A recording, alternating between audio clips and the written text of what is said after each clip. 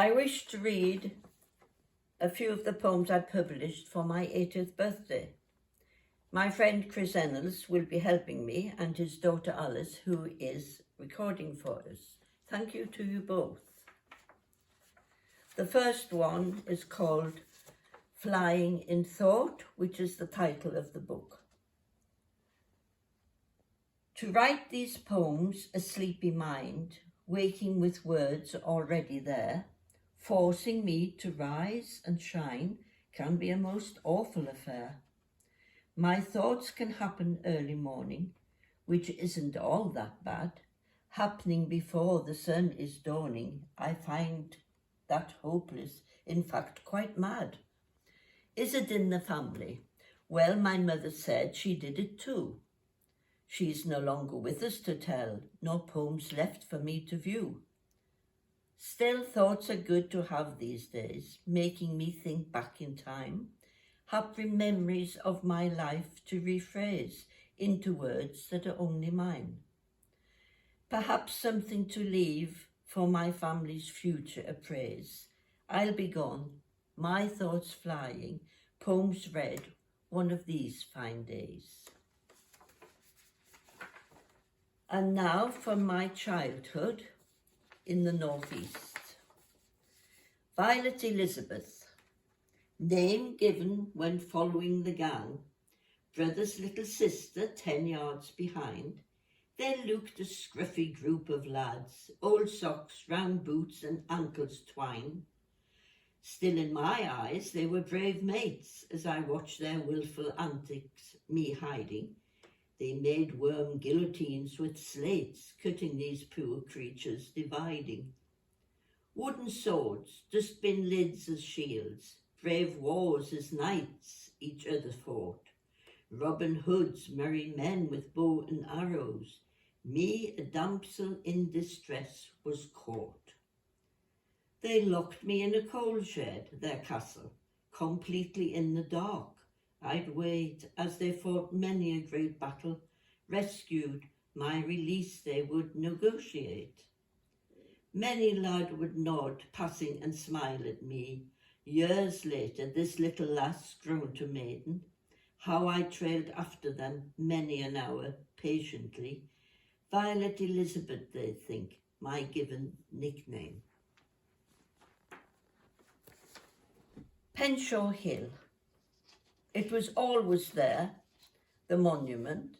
It would catch my eye as a child, as I ran afield, always in the background. Special treat it was to climb that hard stone base, to look for miles, even out to sea. Length of land, columns reaching to the sky. Hard-boiled eggs were rolled down the bumpy banks. Easter games as skinny legs ran up and down, never tiring. Now it has tidy encased steps, man-made sandy paths, even seating for the aged, twilight lighting celebrated in colour. Gone are the days living out our own made-up adventures, gone wonderful inventions of the mind. As children we played around this old stone friend. And now over to Chris.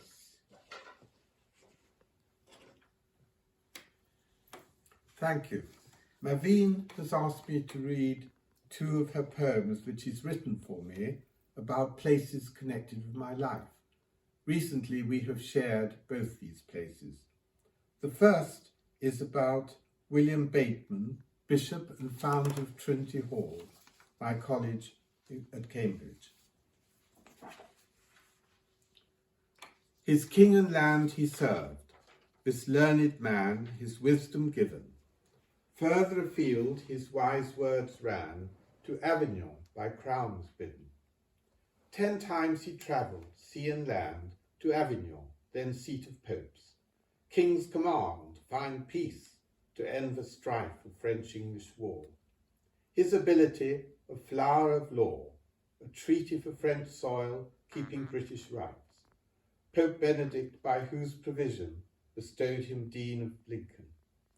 Now going back in time to when Black Death was upon the land, pandemic times, as today, prince and pauper, all the same. Less men to spread the word, less men to write the scrolls of God.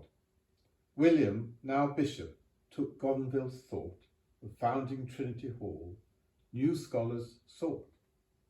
Cambridge he chose as the place to train these minds of men, seeking through them to serve the church, both canon law and civil.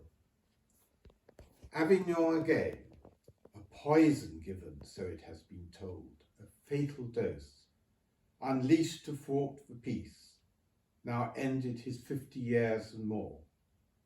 Trinity Hall, his loving pride, remains, both genders seeking honours. University life in modern times, still enlightening youthful minds. Those worthy of cap and gown show noble thoughts and yearning. Cambridge, in aging stone, still stands, proud hall of Trinity, for widest learning. And now, the Flogned Oak. Flogned is my second home, a farm in Sweden. This 400-year-old oak stands.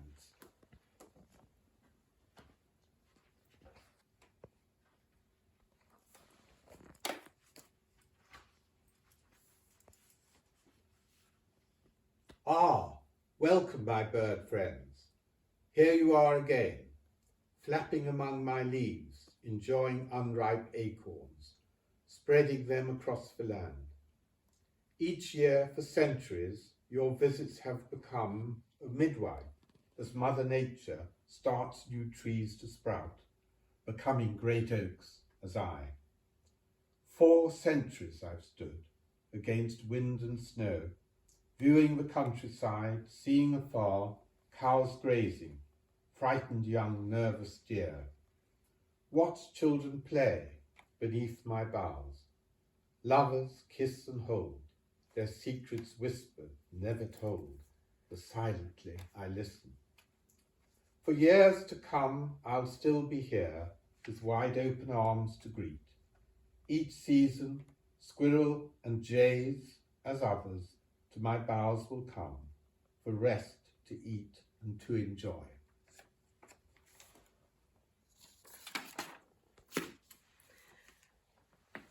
And as an ending, this is one of 10 poems I've written recently, and it's called Through the Looking Glass. What do I see? No girl, but a woman. Is that really me? Mottled skin, aged by passing years, hair thinner, almost white. This aging isn't a pretty sight. Gone are the strong, nimble limbs, those arms that once safely did enfold, that sharpness of mind, even of tongue, breathlessness from worn-out lung.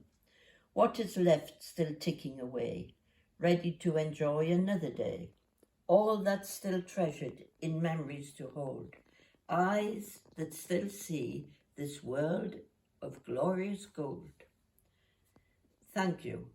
I hope you have enjoyed and listening.